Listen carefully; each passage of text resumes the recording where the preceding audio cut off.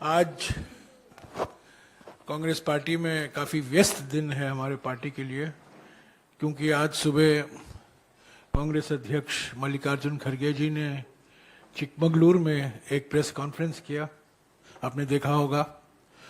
आज दोपहर को शाम को राहुल जी का चुनावी प्रचार होगा उत्तरी कर्नाटका में।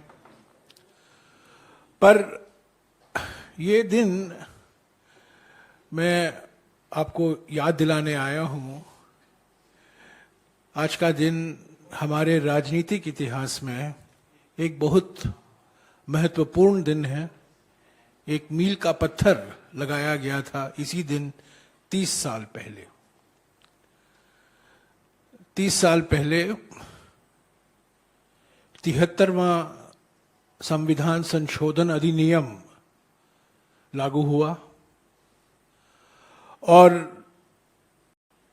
मेरा मानना है और कई लोगों का मानना है कि राजीव गांधी जी का सबसे महत्वपूर्ण, सबसे बड़ा योगदान हमारे राजनीति पर ये 73वां संविधान संशोधन अधिनियम है।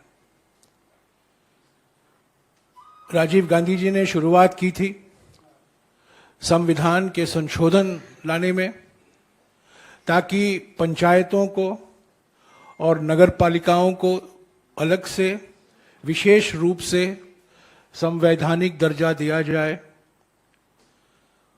1989 में लोकसभा में विधेयक पारित हुआ, परंतु राज्यसभा में कांग्रेस पार्टी को बहुमत नहीं थी और 5 वोटों से ये संविधान संशोधन विधेयक पारित नहीं हो पाया।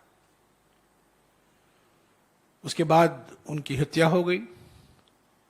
कांग्रेस की सरकार भी आई, पहले वीपी सिंह की सरकार आई, चंद्रशेखर की सरकार आई, पर कांग्रेस के सरकार के कार्यकाल में ये संविधान संशोधन हो पाया। 73वां संशोधन जो पंचायतों को संवैधानिक दर्जा देता है और 74वां संशोधन जो शहरी इलाकों में जो लोकल बॉडी हैं, नगर पालिकाओं को संवैधानिक दर्जा देता है। 2010 से आज हमारे प्रधानमंत्री श्रेय लेने की कोशिश कर रहे हैं, पर मैं आपको याद दिला दूं और देश को याद दिला दूं कि पहली बार 2010 में 24 अप्रैल को राष्ट्रीय पंचायती दिवस के रूप में मनाया जाता है। ये प्रथा 2010 में शुरू हुई और हर साल ये दिन पंचायती राज दिवस के रूप में मनाया जाता है। अगर आप हमारे संविधान को देखें, कॉन्स्टिट्यूशन ऑफ इंडिया को देखें, तो अनुच्छेद 243 आर्टिकल 243 इसमें शामिल किया गया था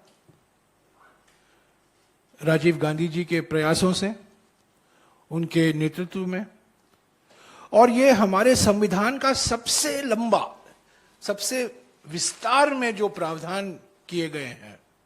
अगर आप 395 धाराएं हैं हमारे संविधान में, पर ये विशेष धारा आर्टिकल 243 सबसे लंबा है, क्योंकि पंचायतों को और नगर पालिकाओं को जो अधिकार दिए गए हैं, जो जिम्मेदारी सौंपी गई है संविधान के द्वारा, ये सब संविधान में इसका प्रावधान किया गया। ये पहली बार हुआ है। इसीलिए ये क्रांतिकारी कदम था, प्रगतिशील कदम था और ये हमारे देश के राजनीति में एक बहुत बड़ा परिवर्तन लाया। आज अगर आप देखें, हमारे देश में 32 लाख चुने प्रतिनिधि हैं पंचायती राज संस्था में। 32 लाख चुने हुए प्रतिनिधि, पंचायती राज, ग्राम पंचायत, ब्लॉक पंचायत, जिला पंचायत, तीनों त्रिस्तरीय जो हमारा सिस्टम है, त्रिस्तरीय सिस्टम है, उसमें 32 लाख चुने हुए प्रतिनिधि हैं। और इन 32 लाख चुने हुए प्रतिनिधियों से करीब 15 लाख महिलाएं हैं। 45% चुने हुए प्रतिनिधि हमारे पंचायती राज संस्थाओं में महिलाएं हैं।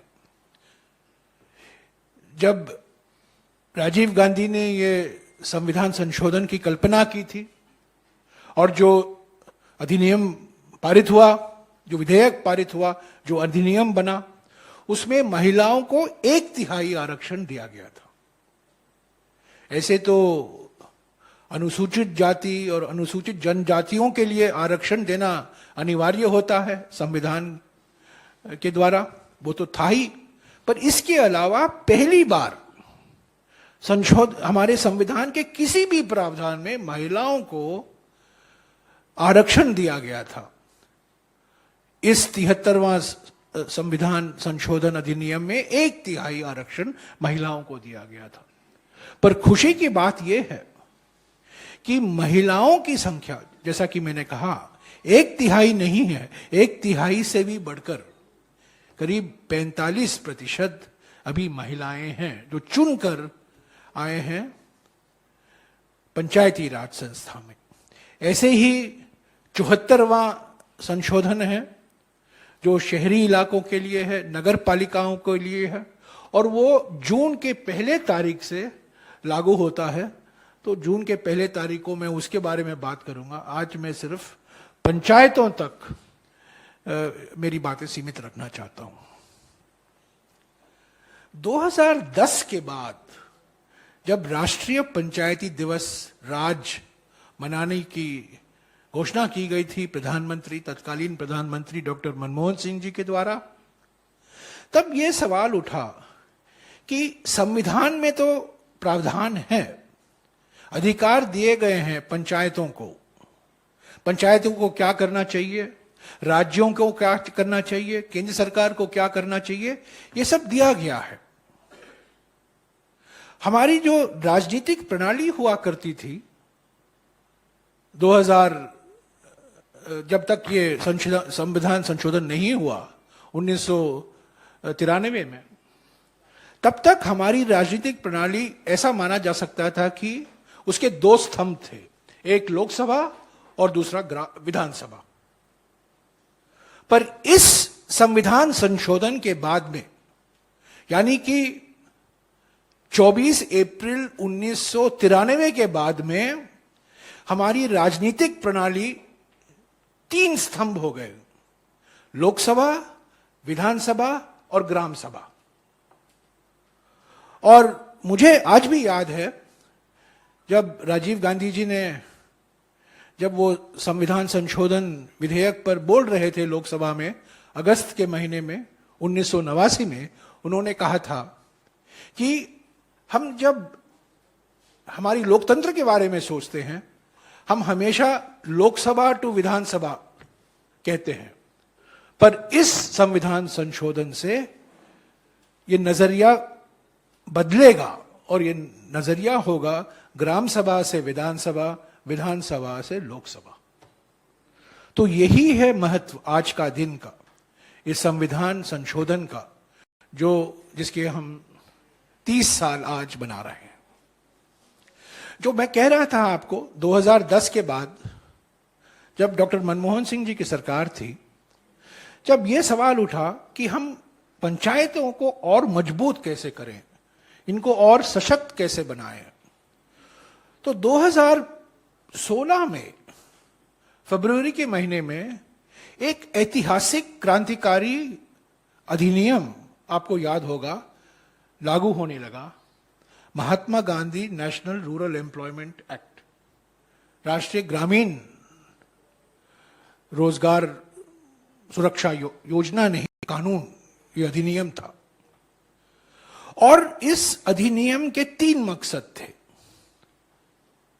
पहला मकसद था रोजगार देना, जो बेरोजगार हैं, जिनको रोजगार पाने में बहुत मुश्किल होता है, जो काम नहीं कर सकते हैं, ढूंढते हैं पर उनको काम नहीं मिलता। तो पहला मकसद था इनको न्यूनतम मजदूरी पर उनको रोजगार देना। दूसरा मकसद था कि अलग अलग राज्यों में, अलग अलग जिलों में, अलग अलग गांवों में सामुदायिक संपत्तियों को बनाने के लिए यह एक कार्यक्रम था। और तीसरा बहुत महत्वपूर्ण मकसद जो लोग भूल जाते हैं और मोदी सरकार भी भूल गई है, और उसके बारे में मैं जिक्र करूंगा। तीसरा और सबसे महत्वपूर्ण मकसद यह था कि महात्मा गांधी नरेगा से हम पंचायती राज संस्थाओं को और मजबूत करेंगे, उनको एक केंद्रित भूमिका देंगे। अगर आप Mahatma Gandhi national rural employment act देखेंगे, अधिनियम देखेंगे, उसमें केंद्रीय भूमिका पंचायतों की है, ग्राम पंचायतों की है।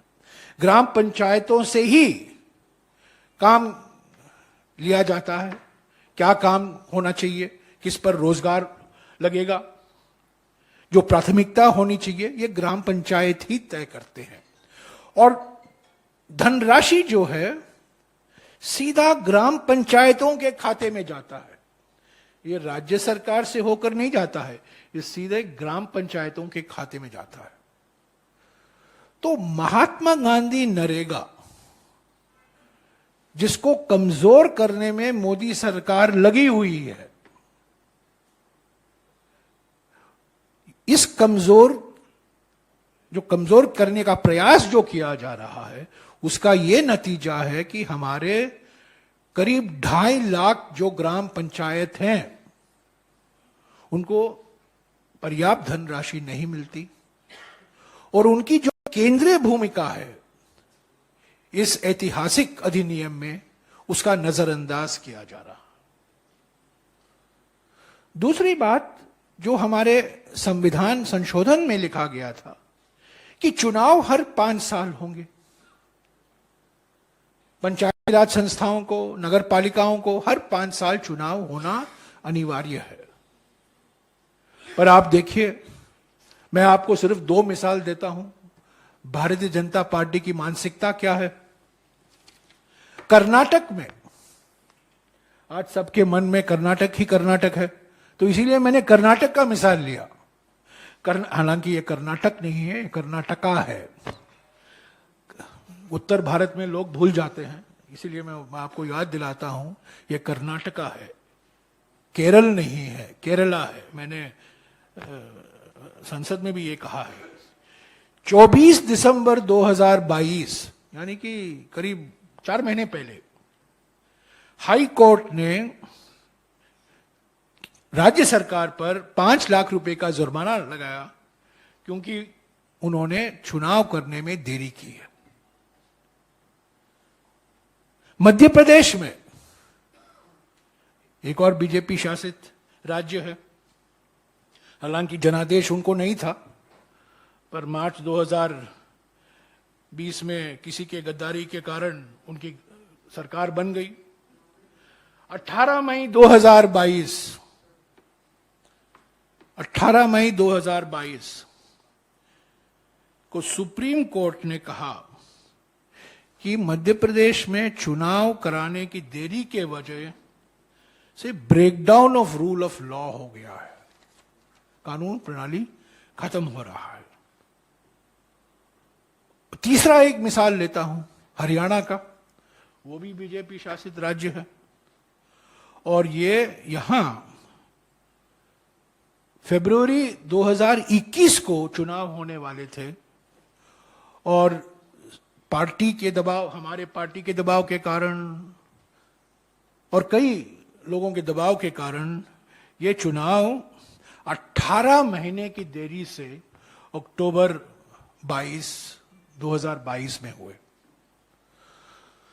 तो Mahatma Gandhi national rural employment guarantee act को कमजोर करना, ताकि ग्राम पंचायतों की जो भूमिका है वो कमजोर हो जाए, कम हो जाए, घट जाए, चुनाव में कराने में देरी लाना,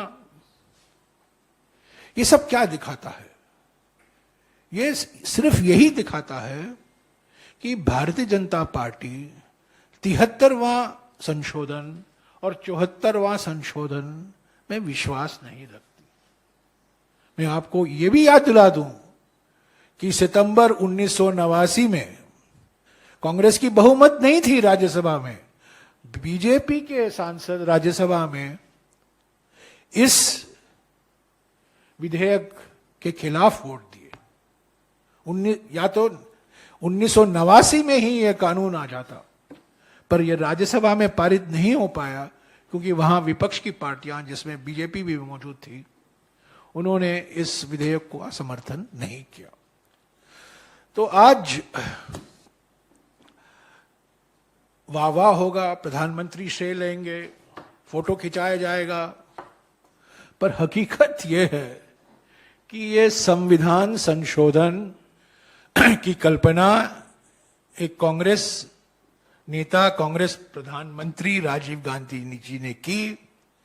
यह संविधान संशोधन प्रधानमंत्री नरसिम्हा राव, वित्त मंत्री मनमोहन सिंह जी, उनके कार्यकाल में 1993 में ये पारित हो पाया, और 30 साल से, खास तौर से यूपीए के सरकार में जो सशक्तिकरण हुआ पंचायतों का, ग्रामीण विकास कार्यक्रमों के द्वारा, वो आज कमजोर हो रहा है। पर खुशी की बात है कि कानून के मुताबिक जो 1/3 महिलाएं हैं आने वाले, आज वो 1/3 नहीं है, करीब 45% महिलाएं हैं। और मैं समझता हूं ये राजीव गांधी जी ने जो सोच था कि महिलाओं को प्रतिनिधित्व देना जरूरी है, और ये नहीं हो पाएगा जब तक हम इस कानून में प्रावधान नहीं करेंगे, संविधान में संशोधन नहीं लाएंगे। कई लोगों ने इसका विरोध किया था तब, पर आज वो हकीकत है, और ये 1/3 संवैधानिक प्रावधान हकीकत में जमीनी स्तर पर करीब 45% है। तो राष्ट्रीय पंचायती राज दिवस पर हम हमारे पूर्व कांग्रेस अध्यक्ष, पूर्व कांग्रेस प्रधानमंत्री, आधुनिक आईटी इंडिया के निर्माता, डिजिटल इंडिया के निर्माता अगर हैं, वो राजीव गांधी हैं, उनको याद करते हैं। हम यूपीए सरकार को भी याद करते हैं, जिनके कार्यकाल में पंचायतों को एक केंद्रीय भूमिका दी गई ग्रामीण विकास कार्यक्रमों में, खास तौर से महात्मा गांधी नरेगा में, जो आज खतरे में है। और हम चाहते हैं, हम मांग करते हैं मोदी सरकार से कि जो संवैधानिक प्रावधान है वो सही तरह से लागू हो चुनाव के संदर्भ में, या जो ग्रांट देना है पंचायती राज संस्थाओं को सही समय पर पहुंचना चाहिए, जो कार्यक्रम हैं जो पंचायतों के द्वारा लागू होने चाहिए वो सही समय पर, सही वक्त पर, सही ढंग से लागू होने चाहिए। यानी कि लेटर एंड स्पिरिट जो आर्टिकल 243 है, 243 धारा, उसको लागू करने की जरूरत है।